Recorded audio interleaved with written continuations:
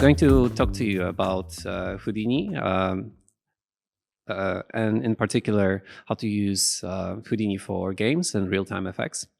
I'm going to adjust my mic a little bit. Okay, so without further ado, I'll jump into the slides. So first of all, a quick introduction about our company. We're an outsourcing studio for games. We established here in Tokyo about 3 years ago. We work with primarily Japanese AAA game developers. We have some other work coming in as well, but mainly we specialize in technical art, graphics programming, and consulting. Apart from that, we also publish assets on Marketplace, including what used to be Unreal Engine Marketplace, is now called Fab, and Blender Market. And we've also been publishing some educational content on our YouTube channel, talking about how to make procedural tools, materials, and all kinds of content useful for technical artists and game developers. And there's a view of our work here pasted on the right-hand side. Mind you, I would like to share more of our client work, but it is all confidential. So what I'm showing you is purely our small projects that we do in sort of spare time that we have. Okay, so today we're not talking about Meta Meow, we're talking about Houdini. And first of all, I'm sure many of you here are very familiar with Houdini. Some of you might be more experienced than I am.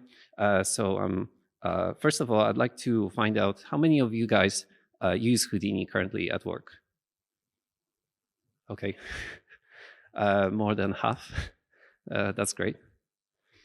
Okay, and how many of you use Blender, by the way? Oh, okay, quite a few people. That's great. We have some balance here. And in terms of game engines, how many of you guys use Unreal Engine? Okay, quite a few. And what about Unity? Okay, I'm happy to say we have a very balanced audience here. So really excited to see what you guys think of the rest of the talk.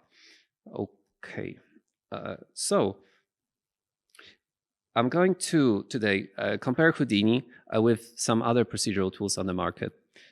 As many of you know, there is a number of tools which in some ways mimic Houdini or can pretty much be used instead of Houdini in some ways. And today I'm going to look into to what extent these tools could potentially replace Houdini, and can they? Okay, so first of all, we have geometry nodes in Blender, we have PCG in Unreal Engine, which is under very fast development. We have geometry scripting in Unreal Engine, and then we have other tools like Bifrost in Maya. Okay, coming back to Houdini. So as many of you know, it is the industry standard software for procedural generation and simulation. Historically, it's been used by many large VFX studios and more recently AAA game studios as well. Talking about licensing cost, that used to be a problem a few years ago. However, now there are many different licensing options for Houdini. So for individuals, Houdini is fairly affordable because there is a Houdini Indie license. And I'm sure many of you are playing in Houdini in your spare time and might already have those Indie licenses. And then AAA game studios or large VFX studios will go for something like Houdini FX because it offers all the features, including simulation. But what about AA developers or smaller studios? Sorry. There is a bit of a gap in there in terms of people wanting to use Houdini but not really having the resources, whether it's human resources or in terms of licensing budget, and how to go about that. And a lot of those studios come to us asking for advice. Is it worth buying Houdini just to upgrade, let's say, a part of their game? They are considering using Houdini, but is it worth it? Okay, so this is a question that I will try to answer today. And we had one actual case of a client who came to us looking for a destruction system for their game. And they wanted something slightly better than what Geometry Collections offer in Unreal Engine, which is a great system. However, it is not exactly easy to use for non-technical people. And also, the quality can be limited depending on the setup or how many pieces. The fracturing quality, a lot of VFX artists in the industry would prefer using Houdini. Okay, so the next point is, why do we actually need Houdini, and do we need it at all? And I'm going to talk about 3 categories. The first one is creating procedural assets. The second one is simulation. And then finally, optimization. And one note, this talk does not specifically focus on Houdini engine. However, most of the tools mentioned can be embedded in a game engine through Houdini engine. Okay. So for our first challenge, we tried to see what happens if we don't have Houdini. We tried falling back on Blender and using geometry nodes to build a cliff generation tool, which some of you might have attempted in the past. It's a very common problem to solve in games. Okay, so there's this tool we created called Cliff Cooker, which is available on Blender Market now. And we built that as an exercise to create a cliff generator using Blender. Which, the way this tool works is it takes low poly meshes, turns them into high poly meshes using fracturing and volumetric modeling, and then applying procedural textures on top. Okay, so we tried this, and we even brought it into Unreal Engine through a plugin called AlterMesh, which is there on the marketplace, called Fab now. And we use that to build procedural cliffs, buildings, and bridges for the project that you can see on the right. The point was, all of that was generated interactively in the viewport through AlterMesh running procedural geometry nodes in the background. So yeah, this seems pretty similar to Houdini Engine and what it does. However, we run into a number of issues with that. First of all, we wanted to fracture meshes, but there is no specific fracturing workflow in geometry nodes as of now. Therefore, we had to come up with creative ways of using 3D textures and thresholds and remeshing and things that are not exactly ideal. And then we also didn't have enough volumetric modeling tools to be able to process those meshes later, such as applying different layers of noises, eroding, merging. Currently, Blender does not allow volumes SDFs to be merged, which hopefully will come eventually. But right now, I still think Houdini is the way to go in terms of procedural modeling. And then we had some performance issues as well. So on the right-hand side, you can see a comparison. It's just a very simple benchmark of a cube that was a simple cube that was remeshed to 5 million polygons. Houdini does it in under 1 second, and Blender 4.1 took 3 seconds to do that. Yeah, so for people coming from Houdini to Blender, they might feel the initial sort of, oh, okay, it's not quite as fast as I expected to. And this is not even using the fast remesh node in Houdini, which is actually a very clever tool. It is just the basic CPU remeshing. And then we had other problems with fiddly setup. Well, it's just not a very mature toolkit yet. Geometry nodes are. Therefore, there were some issues with making it work, with crashes in Unreal Engine that happened sometimes every 5 minutes or so. Very tricky to finish a project like this. But okay, everything is experimental at this point. Geometry nodes are experimental. Alter Mesh is a plugin developed by a single person. It worked, okay? The thing we missed the most was access to SideFX Labs tools, which give so many shortcuts. Pretty much most of the common tasks that we can think of when making content for games can be sped up using one of the already available nodes in SideFX Labs. Okay, so in the end, we enjoyed Blender, but we wanted to go back to Houdini. Okay, and now about procedural assets. So SideFX Labs offers a lot of already pre-built generators for buildings, cables, trees, snow, dirt, the sort of build-up and things that are very useful for set dressing in Unreal Engine. So it's very easy to take some content, let's say built in Maya, run it through Houdini, and export those high poly meshes to Unreal Engine and nanite all of them, and it just looks great. It's a great tool to make an environment alive.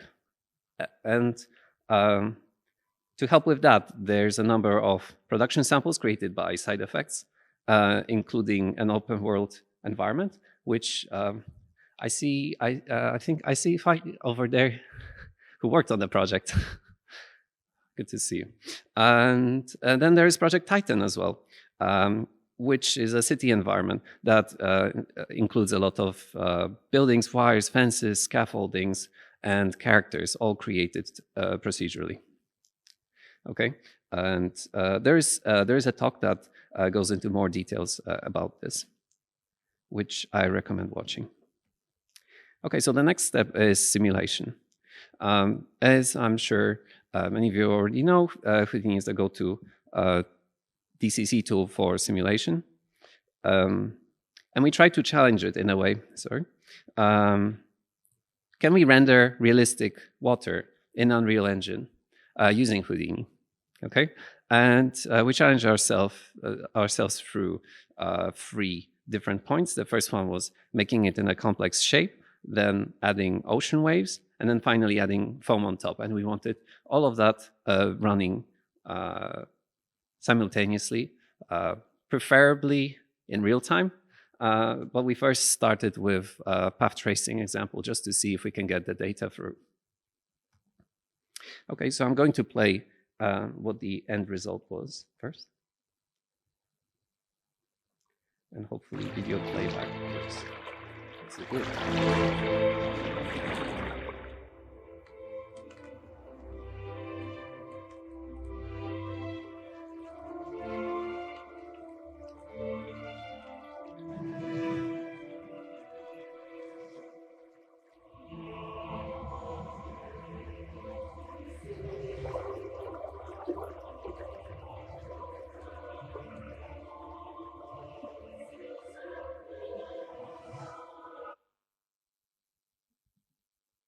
Okay.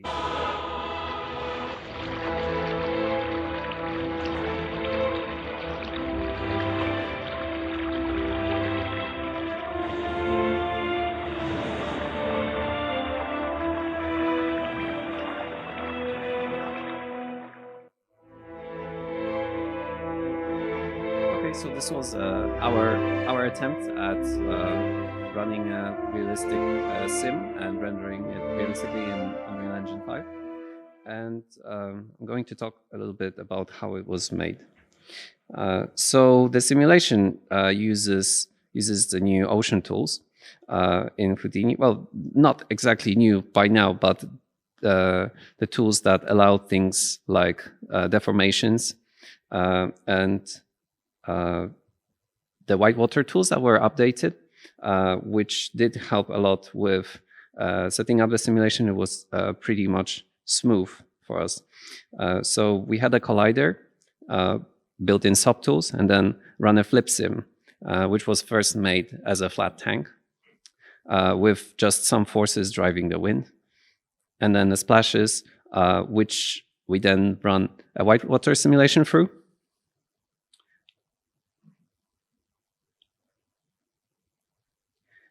we had to obviously filter the edges and also make it fit inside the bracelet. So the bracelet, to make it easier, we didn't collide with the bracelet. We just filtered it so that you wouldn't see too many collisions. And then again, focusing only on the main part. And then here comes the most interesting bit, which is the path deformer that was added in Houdini 18.5, which let us bend the resulting simulation, including particles and the VDBs. And then we run it through the path tracer to get this kind of result. Okay, so this used the whitewater sub, which was available in Houdini 20, which works with sub-based fluid tools. It has pressure sourcing, very useful. We can also use deformation-based sources, and then also sourcing from simulation particles, which made things extremely easy. And I apologize, at the bottom, I haven't added a translation, but this points to a Mardini link on the Flip Solver Sub video, which you may find useful. Okay, and I'm going to talk a bit more about the simulation step and the tools we chose. So on the left-hand side, you can see all the data types that can be used, that can be moved from Houdini to a game engine, including Unreal and Unity.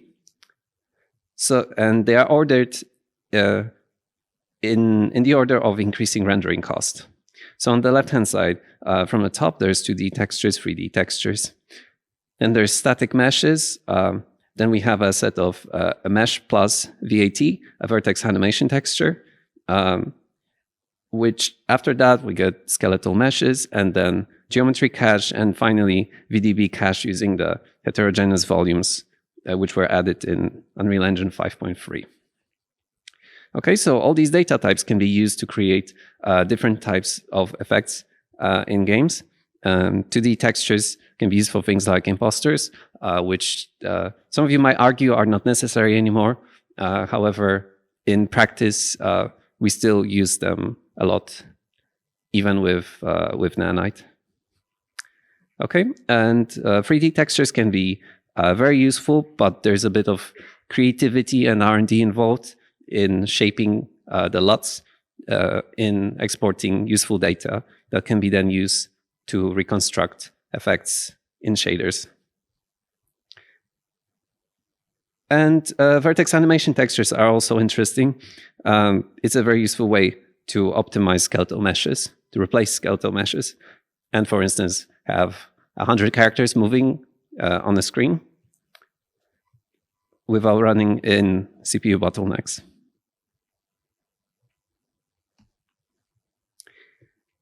Okay, and in terms of rendering, in our case, we use 3 layers, which is basically mimicking the way Houdini would render ocean in something like Karma.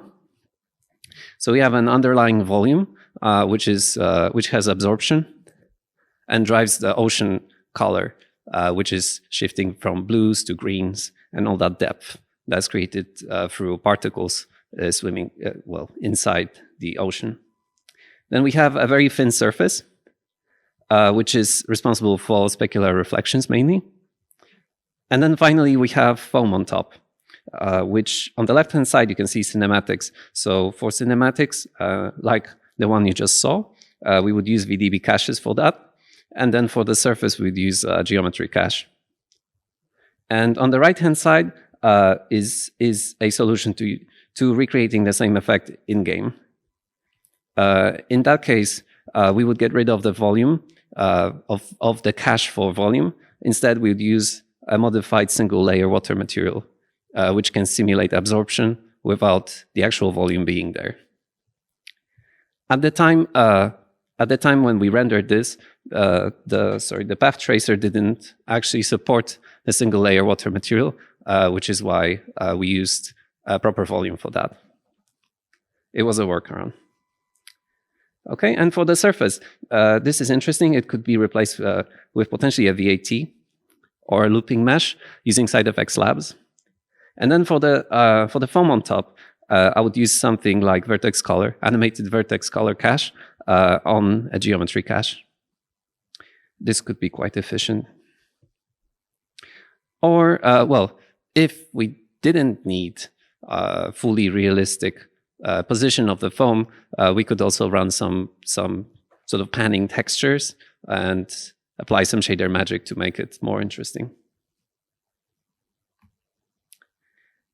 Okay, so summing up, was Houdini necessary for this? Because actually, if you search on something like LinkedIn or AT level, you'll find many samples of flip fluids in Blender that also look interesting. The problem here is that in production, we face a lot of issues and we need a lot of workarounds to make things work, especially on tight deadlines. For instance, as I mentioned, bending the fluid into a ring was a challenge, and it would have been difficult if not for the path deformer SOP.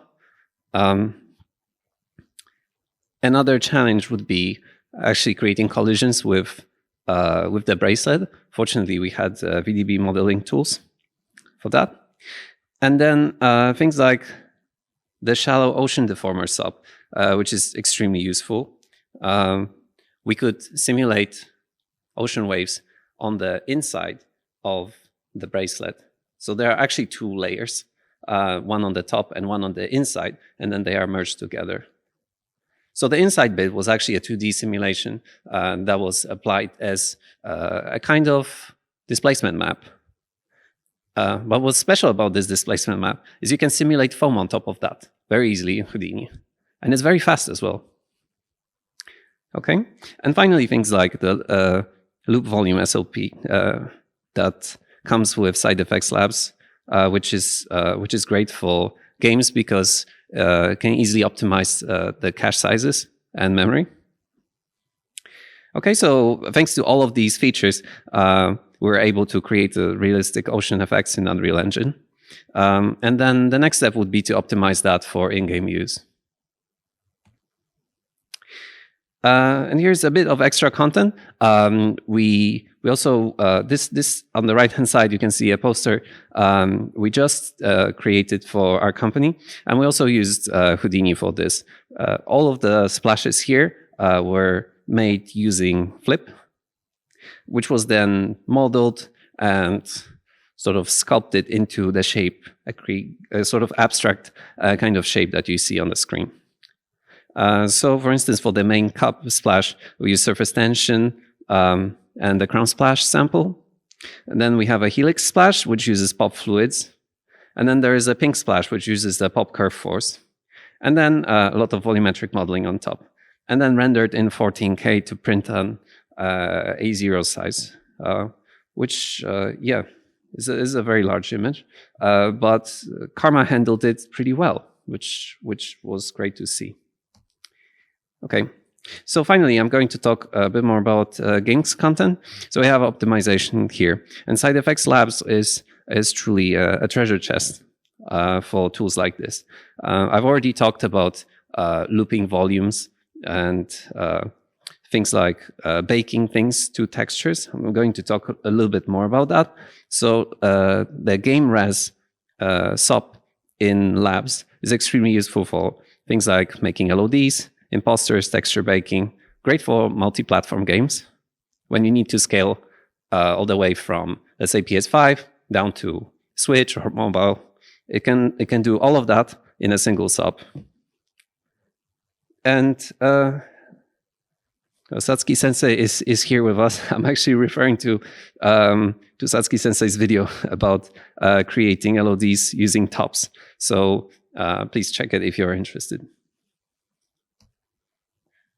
Okay, another sample is using SideFX Labs for volume textures. So we can actually convert volumes into pseudo-volume textures, which are compatible with UE4 and 5.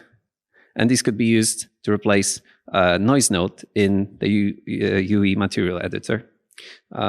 Very useful, quite commonly used as well, but there are many creative ways of rethinking that.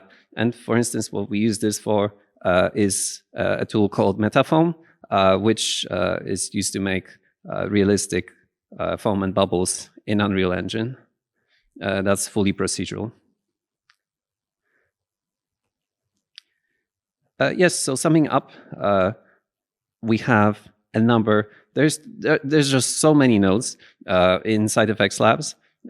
Vertex animation textures, LODs and imposters, as I mentioned, baking. Then there's photogrammetry. There's integration with third-party tools like Gaia, Rhizome UV. And the best part about it is with every new Houdini version, there's more and more tools. So yes, I'm always excited to see the new version of SideFX Labs and what we can do with it. Now, a lot of these tools can actually be replaced with Blender add-ons, but the problem with that is they all, each one of these tools tends to be a separate plugin or a Blender Market asset, which we need to buy. The quality varies between developers. The quality of support varies as well. So in the end, it's great to be able to have all of those in one package in the way that Houdini provides it. Okay, so finally, do we need Houdini? Yes, we need Houdini more and more, especially with multi-platform games. I'm sure many of you work with multiple platforms and understand the challenges. Houdini has competitors now, but we believe that it is still the go-to solution for procedural content. As I mentioned many times during the talk, SideFX Labs is great and offers incredible value. And now in terms of licensing for game art-oriented use, Houdini Core might be the best choice. But for teams or individuals looking for R&D simulation and detailed effects, Houdini FX is recommended. Okay, and in the future, we'd like to do more research into Houdini Engine versus PCG and geometry scripting and compare those in more detail. And here's a list of recommended resources again, which I mentioned earlier in case any of you have missed it. As far as I know, this talk is being recorded and will be made public. So it's okay if you missed anything, you'll be able to see it online eventually. Okay, thank you very much.